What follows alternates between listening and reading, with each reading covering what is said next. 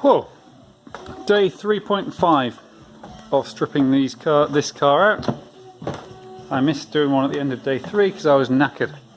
So, I've got the whole wiring loom out and a lot of the power cabling. There is so much in here. The car itself is now pretty much empty. No steering, no dash, none of that. Got a pile of bits and bobs that could be useful. Filling up some big old boxes with useful bits. A whole load of stuff that I don't think is going to be any use. So like a steering wheel seems far too good to throw out, but when is anyone going to break a steering wheel and not the whole car? Got the brake here. It's pretty cool.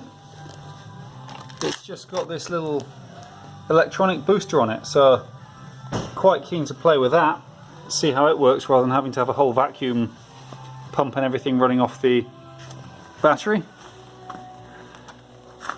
What's that guy? Oh, that's the ABS unit. That's also pretty nice and small. But yeah, again, the whole of the front of the car is out. Gradually tidy up all the mess. So there's the coolant tank, fuse box, front wheel hub.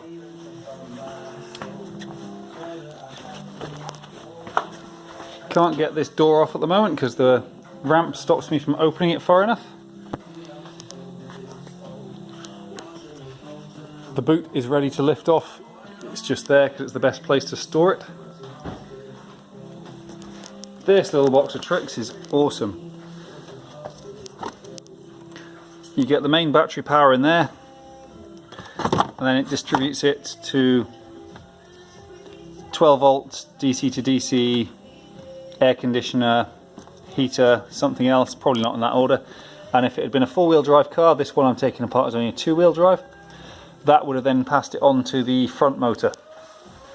So in this guy here, somewhere deep down there, you'll find it with its thing passing on forwards. And here the trusty Leaf, getting ready to take things home. There's a back door and a back door card inside of it. Whole bunch of steel waste that's no good because it's all broken. A very smashed front subframe. Sunroof glass, I think that should have a value at some point because that's the kind of thing that gets broken. And a rear bumper that looks kind of ratty but is actually very good. So, plenty of parts. I'm now preparing to be able to lift this up in the air and get the battery out without it falling on anybody. So yeah, that's the challenge. But first, lunch.